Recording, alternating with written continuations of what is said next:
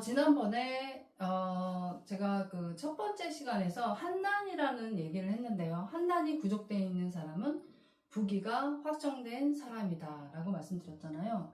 그 부기가 확정된 사람이 바로 병화와 개수의 글자 조합입니다. 그래서 한난이 뭐냐, 한은 차가운 한자의 차가운 글자와 난은 따뜻할 난이거든요. 그래서 이걸 두 가지로 본다면 병화와 개수를 한난으로 봅니다.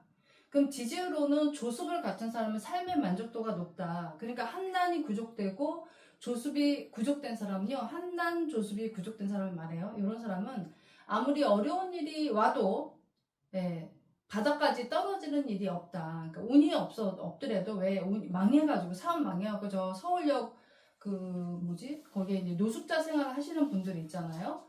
그런 것까지 가지 않는다는 거예요. 운이 없어도.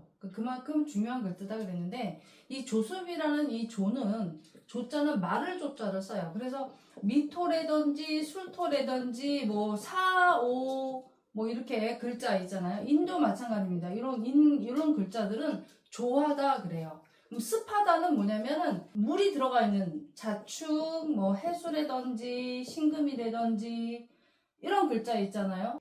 진토라든지 이런 이제 글자들은 습한데, 요것이 적절히 사주의 지지의 원국에 갖고 있게 되면 조습이 구족됐다. 그런데 이런 경우 있어요. 수가 너무 많은데, 물이 너무 많은데 습하죠? 거기에 불이 하나 딱 있는 거예요. 그러면 조습은 갖췄지만 어때요? 조금 불안한 상태야. 좀 불안해. 그러다가 그 조한 글자를요, 운에서 하나 딸랑딸랑 와서 탁 치잖아요. 그러면 이때 상괴 이탈이 됩니다. 여러분들 상괴 이탈이 뭡니까?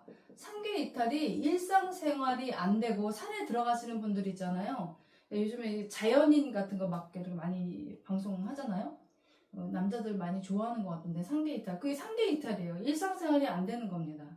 그만큼 중요해요. 상계 이탈 되시는 분들 보면은 어떤 거냐면, 아니 직장생활 너무 잘해요. 잘하다가 갑자기 저기 산에 들어가서 꿀을 따겠다, 갑자기 농사를 짓겠다 막 이래요. 그러니까 본인이 해보지도 않는 일을 하겠다는 거죠. 이게 상계 이탈이에요. 근데 그 사람들은 혼자 막 산에 들어가 사는 거예요. 혼자 들어가서. 왜 그러냐면 이제 사주에서 그 조습이 깨졌기 때문에 그런 거거든요. 한난 조습은 굉장히 중요하다라는 말씀을 하고요. 그리고 이제 제가 왜 지구의 탄생에 대해서 말씀드렸냐면, 우주와 지구와 태양과 지구와 달과 지구는 하나의 우주 중력 속에서 우리가 존재하고 있다라는 거죠. 거기에서 태초에 그 점이라는 임수가 터지면서 빅뱅 현상이 일어나면서 네 가지 물질이 나오는데, 그 네 가지 물질을 명리적으로 목화금수라고 본다는 겁니다. 그래서 목이라는 것은 봄을 말하고, 화라는 것은 여름을 말하고, 금이라는 것은 가을 결실을 말하고, 수라는 것은 겨울로 말해요. 휴식을 들어간다라는 의미가 있죠. 그렇게 해서 네 가지 물질이 생기면서 이 계절과 계절을 또 연결시켜주는 토의 물상이 있어요. 토. 이쪽과 저쪽을 연결시켜주고 붙여주는 거. 이 토입니다. 근데 이게 붙여주는 거 있잖아요. 왜 일하시는 분들 중에서 타일 붙이시는 분들 있잖아요. 이렇게 딱, 철처럼 이렇게 타일을 이렇게 막 붙이시는 분들. 근데 유독 잘 붙이시는 분들 있어요. 어쩜 저렇게 잘 붙이지? 그런 분들은 기토가 있어야 돼요. 왜 웃으면 안 되는데. 기토가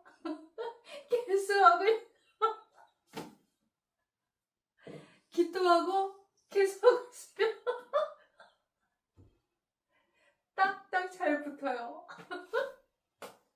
근데 무토는 이게 왜냐면 이게 습토거든요. 얘는 건토예요, 건토. 무토는 큰 토인데 기토는 아니, 제가 웃음이 나오는 이유는 딴 게 아니라 귀엽잖아요. 제가 원래 좀 잘 웃는데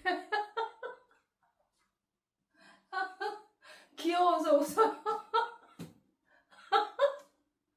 아이, 큰일 났네. 타일을 탁탁 붙여요.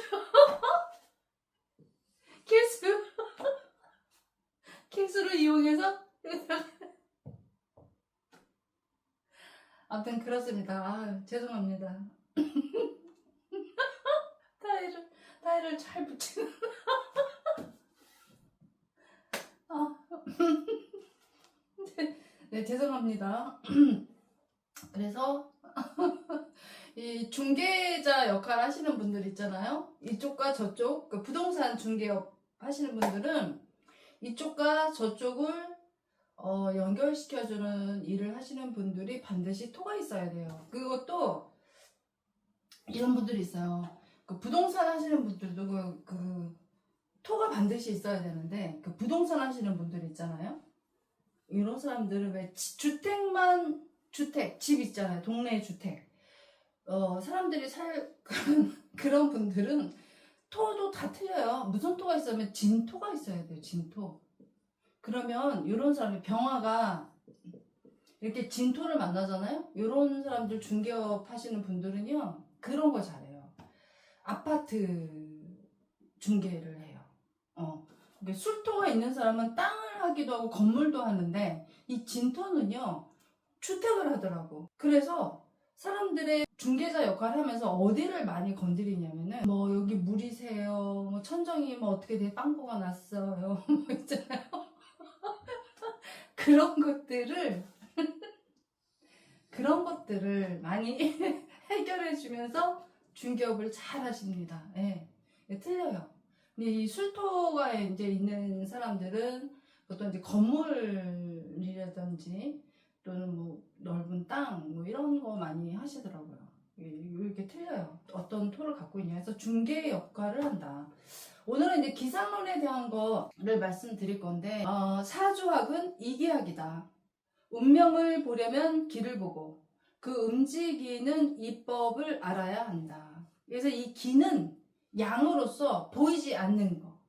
이는 우리 삶의 오행, 아까 말했죠. 목화토금수가 우리 삶을 펼치는 공간이거든요. 물질시대를 펼치는 공간이 목화토금수예요. 그래서 이거를 알아야 한다. 이를 알려면 길을 알아야 하고, 길을 보려면 마음이 청정해야 할 것이다. 그런 거로 길을 양에 비하면 리는 음과 같다라고 했어요. 여러분들 큰 나무를 그려라 그러면 그리는 모습이 저마다 다 다르거든요. 근데 이제 실내에 있는 화분 있잖아요. 그걸 그려라 그러면 똑같이 이제 그림 실력이 나오는데, 똑같이 그리는 사람도 있지만 보고도 자기 생각 속에서 막 그리는 사람도 있기는 해요. 그런데 내가 상상 속에서 그리는 거 있잖아요. 집 안으로 실내로 끌고 들어올 수 없는 그런 것들은, 이미지는 다 양입니다. 근데 이 실내로 들어오는 것들 있잖아요. 내가 눈을 보고 그릴 수 있는 거, 이거는 음입니다. 아셨죠? 그래서 양이라는 것은 보이지 않는 거다. 그래서 예를 들어서 목이다 그러면 두 가지 물질이 있는데, 간목과 을목입니다. 그래서 이 간목은요 눈에 안 보이고 이 양기입니다. 이 양. 을목은요 눈에 보이는 거예요. 이거 음입니다. 이 양이에요. 그래서 이 간목을요, 이 간목은 1등. 내가 한 번도 가지 않은 길을 가는 거예요. 1등. 우리나라가 지지를 보면 우리나라의 간목이에요. 간목. 우리나라가. 그래서 이 간목은요 한번 부러지잖아요. 그럼 못 일어나요. 그리고 아주 뻣뻣해. 좀 자존심도 강하고요. 겉으로 볼 때는 굉장히 묵뚝뚝하고 막 그런 것 같은데, 속을 들여다보잖아요. 그럼 굉장히 몰립니다. 그게 우리나라예요. 우리나라 사람들은 좀 사근사근하지 못해요. 뻣뻣해요. 그렇지만 속은 어때요? 굉장히 무르고 어진 마음이 있어요. 어진 마음. 어진 자라서 어진 마음이 있다. 목은 어진 사람을 말하거든요. 왜냐면 산소를 그만큼 많이 갖고 있기 때문에 사람이 참 어진 사람이에요. 이해심도 많고 마음이 따뜻한 사람이에요. 보통 이제 목을 강원도로 보는데, 강원도가 그렇다라고 얘기하는데 을목은 좀 아닙니다. 이거는 조금 되게 현실적이에요. 을목은 을목은요, 어떤 식이냐면, 을목 일주들은요, 자기가 발을 땅에 이렇게 딛고 서 있거든요. 근데 자기가 죽을 것 같아, 떨어질 것 같다고 막 소리치는 게 을목이에요. 근데 절대 안 떨어집니다, 을목은. 그만큼 생활력이나 돈 버는 능력이 탁월합니다, 사실. 그래서 사실 일본 보면, 일본을 보잖아요. 근데 일본이 좀 이렇게 좀 많이 현실적이잖아요. 예, 근데 그런 걸 보면 알 수가 있고, 어쨌든 이 간목이라는 글자는 내가 한 번도 가지 않은 길, 1등 해야 되는 1등이에요. 그래서 두령급이라고 말하기도 하거든요. 이 간목이라는 게. 그래서 사주에서 간목이 있고 병화가 있고 진토가 있다. 글이 잘 안 보이시죠? 자, 사주에 자기 사주 딱 8글자 인터넷 이렇게 거기 누르고 만세력 같은 거 치면 자기 사주 딱 나와요. 글자 몰라도 볼 수 있잖아요. 그럼 한번 살펴보십시오. 간목이 있고 병화가 있고 진토가 있다. 그러면 최상급일 가능성이 아주 높다예요. 그러면 저한테 그러겠죠. 아니, 효림쌤, 그러면 진중에 있는, 이게 한단이 구족되면 뭐 부기를 확정짓는 글자라고 제가 말씀드렸잖아요. 진중에 있는 개수가, 그러니까 진토 속에는, 안장 속에 개무가 있습니다. 을개무. 그래서 개수 있잖아요. 한난 구족됐죠? 간목에 병화 맞죠? 끝내주는 거예요. 이렇게 되게 되면은, 진짜 부기를 확정한 글자다라고 볼 수도 있어요. 그리고 이 간목이 수가 있잖아요. 수가 수생목 하잖아요. 그럼 보통 선생님 명이 많은데 이건 교수로 볼 수 있어요. 교수 중에서도 이게 급이 어디 급이냐면 서울대급입니다. 서울대 병화가 용신됐을 때 서울대 교수다. 그러니까 병화나 정화일가는요. 보통 봄에 태어나잖아요. 그러면 선생님 명이 많아요. 교수라든지. 이렇게 볼 수 있습니다. 근데 만약에 그 옆에 을목이 하나 딱 붙었다. 이러면 어때요? 성가신 애가 하나 붙었다. 성가셔요. 근데 을목 입장에서는 간목이 좋아요, 안 좋아요? 책에서는 뭐라고 나오냐면, 을목이 간목을 보면은 안 좋다, 뭐 이런 얘기도 나와요. 그거 잘못된 겁니다. 간목 입장에서 을목을 보면 얘 되게 성가셔요. 왜냐면 얘 타고 올라가거든. 태양을 보려고. 그래서 을목 입장에서 간목 보면 굉장히 좋습니다. 네. 등락개가 귀인을 만났는데 나를 제대로 이렇게 올려줄 명예스럽게 올려야지. 우리 밑으로 떨어지면은 참 그렇지 않습니까? 이렇게 올려줘야지 내가 뭔가 명예가 없잖아요. 이렇게 올려줘서 합니다. 하지만 간목 입장에서 을목 보면 어떤 줄 아십니까? 성가셔요. 성가신 한 애가 한 사람이 있구나라고 볼 수가 있습니다. 심지어는요, 얼굴 모양을 보잖아요. 그럼 얼굴이 약간 삐뚤어졌습니다. 코가 삐뚤어졌든지 입이 삐뚤어졌어요. 그래서 코가 삐뚤어진 사람이나 입이 삐뚤어진 사람은 문제가 있어요. 뭔가 삐뚤어진 거예요. 이게 삐뚤어진 거예요. 삐뚤어진 거. 가끔 이렇게 나무들 한번 보잖아요. 나무들 보면은 나무들이 이렇게 이렇게 나무들 지금 밑에 이렇게 해갖고 받침 이렇게 해놨잖아요. 이렇게 나무가 죄송합니다. 안 나오네. 어떡하지? 안 나오네. 할 수 없네. 오늘은 뭐 그릴 수가 없네요. 도저히 안 나와요. 안 나와. 그 나무가 이렇게 있으면 나무를 이렇게 밑에서 이렇게 받치고 있잖아요. 이렇게 요런 게 도움이 될 때도 있죠. 그렇지만 나무가 똑바로 쓰지 못하기 때문에 얼굴 모양에서도 삐뚤어졌어요. 몸이 삐뚤어지든 얼굴이 삐뚤어진 겁니다. 그래서 음양이 하나 되어 조화로서 삼라만상이 생겨나는 것이나 삼라만상 우주도 포함이에요. 우리는 삼라만상을 보면서 이기의 흐름이 지극히 미묘하고 알 수 없으니 답답할 뿐이다. 이게 답답하다고 나왔어요. 기상론에서. 근데 제가 사주를 이렇게 상담하다 보니까요. 이 천간에 있는 글자가 흉신이 많은 사람이 있고 지지에 있는 글자가 흉신이 많은 사람이 있어요. 그렇다면 이 둘 중에서 어떤 쪽이 더 흉할까요? 1번입니다. 천간에 흉한 글자들이 많이 있는 사람들이 운이 없을 때 완전히 정말 진짜 박살난다고 해도 될 것 같아요. 밑에 있는 사람들보다 천간에 있는 귀신들이 있는 사람들이 정말 와 정말 이렇게 말씀드려서 좀 저기 하긴 하지만 그 굉장히 제가 그 심한 장애가 심한 분의 그 사주를 한번 봤었거든요. 천간에 있는 글자가 너무너무 다 좋았어요. 근데 지지가 다 안 좋아. 이런 사람들 장애가 되게 심하시더라고. 그런 것처럼 어쨌든 야, 지금 거꾸로 말한 것 같네. 아무튼 이 천간에서 안 좋은 글자가 있는 사람이 아래에 있는 사람보다 더 흉하더라. 더 안 좋게 작용을 하더란 거예요. 그러니까 우리가 뭐냐면 보이지 않는 기운이 보이는 기운보다 더 크고 무섭다는 그 말씀입니다. 그래서 여기 보면 이 길을 알아야 자연의 법칙은 물론 운명도 볼 수 있는 것이다. 숙명은 흐르는 물과 같아 정해진 길이지만 숙명은요 우리가 첫 번째 결혼하는 거 있잖아요. 그거는 숙명이라고 그래. 뒤에서 오는 거니까 내가 피할 수 없는 결혼이야.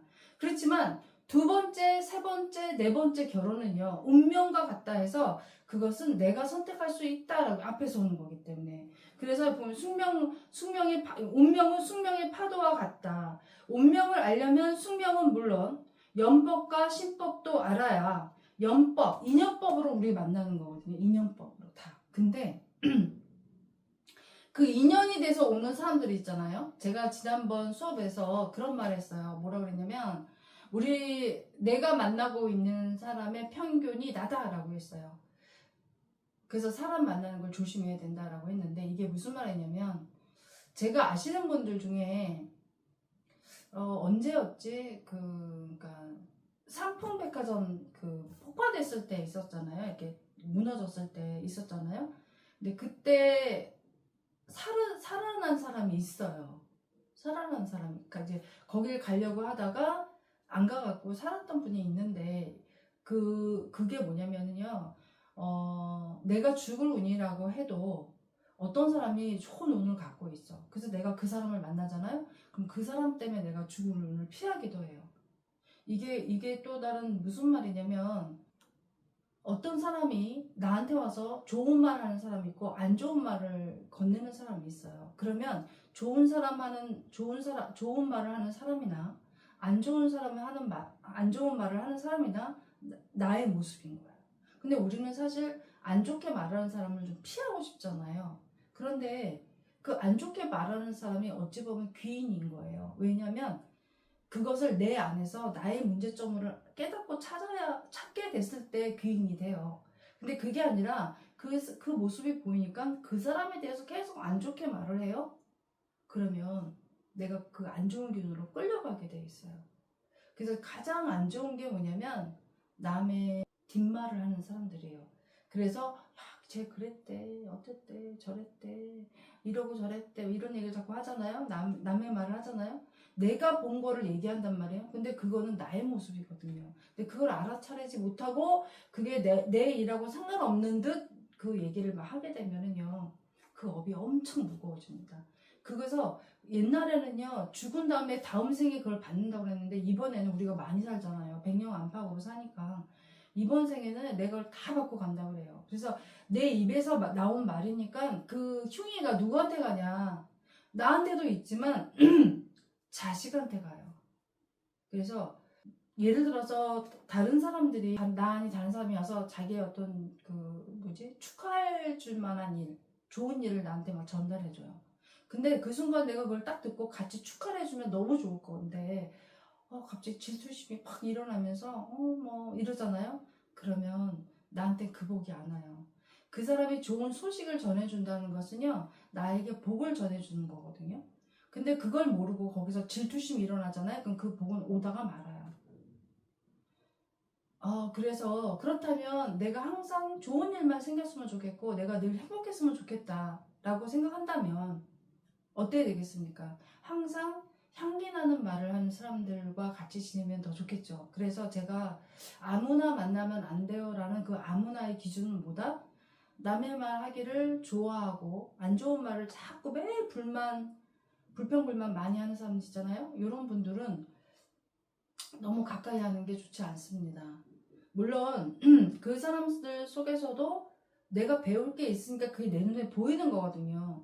그 문제를 저 사람은 남의 말 안에 나쁘네 이렇게 판단하기보다는 내 안에서 나한테 혹시 그런 안 좋은 게 있어서 저런 모습이 보이나 하고 내 안에서 찾잖아요. 그러면 내가 저 사람을 멀리하려 하지 않아도 자연스럽게 그분은 사라집니다. 그러니까 결국은 내 눈에 보이는 모든 것들은 다 뭐다? 나의 문제다라는 것을 인식해야 된다는 겁니다. 그래서 여기서 보면은 숙명은 물론 연법과 신법도 알아야 운명의 파도를 정확히 볼 수 있으며, 이게 뭐예요? 인연법으로 나를 왔는데 그걸 뭐로 끌어들인 거다? 신법. 나의 마음 에너지가 끌어들인 거다. 그러니까 그 내 눈에 보이는 건 뭐다? 나의 마음이다. 이거를 정확히 볼 수 있어야 된다는 거예요. 그래서 스스로 오행을 보고 느낄 수 있을 때 지옥과 천당도 구분할 수 있을 것이다 라고 얘기를 하고 있습니다. 여기 보면은 광범위한 우주만상의 법칙을 알려는 자체가 인간의 욕심일진데 욕심이 크면 클수록 어찌 노력을 게을리하랴, 이런 말고, 어쨌든 저는 그렇습니다. 이 명리학을 한다는 것은 나를 보기 위한 공부가 되시기를 진심으로 바라고, 그래서 나의 문제점이 뭔가 그 문제점을 발견했다면 스스로 성장하려고 노력하는 이 마음, 그게 감사와 겸손이라는 생각을 해봅니다. 그래서 항상 감사와 겸손이 있는 사람은 어떤 악운이 오더라도 잘 극복할 수 있을 것이라고 저는 생각합니다. 아셨죠?